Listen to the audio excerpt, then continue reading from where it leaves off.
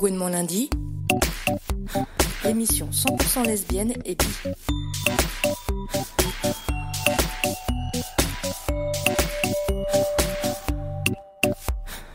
Pour cette deuxième partie d'émission qui commence maintenant, nous allons nous tourner vers Ingrid de l'association des journalistes LGBT qui a décidé de consacrer sa chronique de cette émission à un article paru dans le magazine Elle il y a quelques semaines et que vous n'avez peut-être pas vu. Ingrid, on vous écoute. Oui, quand Elle a publié à la fois dans sa version papier et sur son site web un article intitulé « La femme de leur vie », sur les femmes qui assument leur homosexualité après avoir été mariées à des hommes et avoir eu des enfants, l'AJL a eu envie de regarder de plus près. Alors, la première chose qu'on s'est dit, c'est super. D'abord, c'est super parce que ça fait pas si longtemps qu'elle publie les articles sur les lesbiennes. Le premier article en ligne avec le mot lesbienne remonte à 2007. Rappelons aussi que dans Elle, on pouvait lire il y a quelques années, en 2010 pour être exact, un quiz sur, je cite, « Êtes-vous vraiment hétérosexuel ?» 8 ans plus tard, donc, les choses ont changé. Maintenant, on peut lire un article qui décrit les coming out comme, je cite, « des basculements heureux, souvent libératoires ». Un article qui souligne aussi que, je cite à nouveau, « nous vivons dans une société encore très hétéronormée ». C'est donc une évolution assez radicale et rien que pour ça, on peut se réjouir.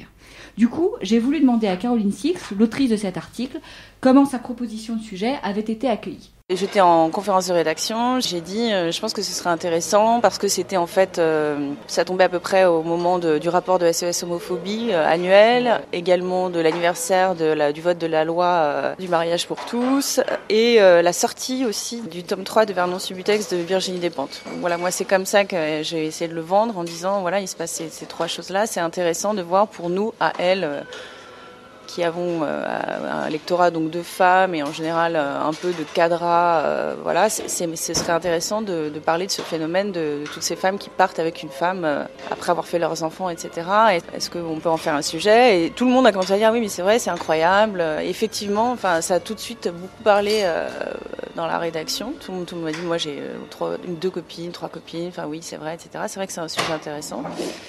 Donc ça a été l'enthousiasme. L'enthousiasme donc. Bon, alors, vous aurez compris, l'article a été proposé il y a 1 an et il est paru que début février. Bon, on va rester quand même du côté positif. Il y a d'abord le mot lesbophobie qui apparaît à la fois dans l'article et dans un encadré. Tout un encadré est consacré aux discriminations dont les lesbiennes font l'objet. C'est suffisamment rare dans le paysage médiatique français pour être souligné et même salué. Et pour Caroline Six, justement, c'était très important.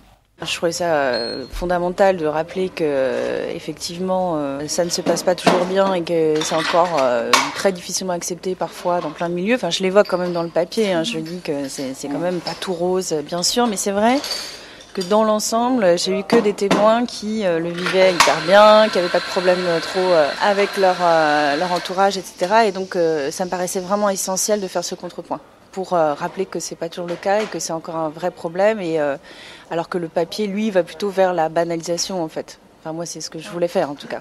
La banalisation, oui, sans doute. Mais pas que. Il y a aussi d'autres mots qui pourraient venir à l'esprit.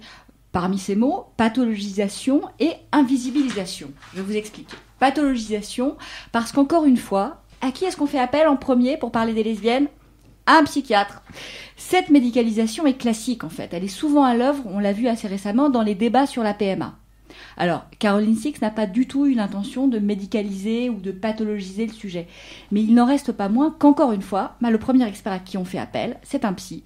Et ça, c'est quand même assez gênant. Un autre mot qui peut venir à l'esprit, c'est invisibilisation. Outre que la photo d'illustration montre 2 femmes de dos, le titre de l'article ne mentionne pas l'homosexualité, ne dit pas lesbienne. La version en ligne du papier, dont l'éditing n'a pas été fait par Caroline Six, je le précise, va encore plus loin, puisque je vous donne le titre, c'est, je cite, « Hétérosexuelles, elles sont tombées amoureuses d'une femme ». Bref, on est en plein contresens, puisque ces femmes sont bisexuelles ou lesbiennes, mais clairement, elles sont pas hétéros. J'ai donc demandé à Caroline Six pourquoi il y avait eu cette difficulté à écrire, disons, lesbienne. Ah oui, lesbienne, c'est pas moi qui l'ai fait, donc ça je peux vraiment pas répondre à cette question. Et puis parce que en général nous on fait des titres incitatifs à Elle et on n'est pas du tout dans l'informatif, quoi. Donc on fait toujours des jeux de mots, des titres soit poétiques, soit drôles, soit jeux de mots. Donc la femme de leur vie, c'est plus poétique que, je sais pas, la lesbienne de leur vie. Voilà, tout simplement. Bon, vous voyez, il y a encore du boulot. Mais en tout cas, un grand merci à Caroline Six d'avoir fait ce sujet et de l'avoir fait passer dans un féminin mainstream. Merci aussi à elle d'avoir bien voulu répondre à mes questions. Et pour conclure, je voudrais rappeler que traiter les questions LGBT, c'est pas toujours évident pour les journalistes, même quand elles et ils ont les meilleures intentions du monde. C'est d'ailleurs exactement pour ça que la JL existe, pour donner des outils qui sont téléchargeables sur notre site, des outils pour faire quoi ? Pour un traitement plus juste des sujets LGBT. Merci beaucoup Ingrid. Merci.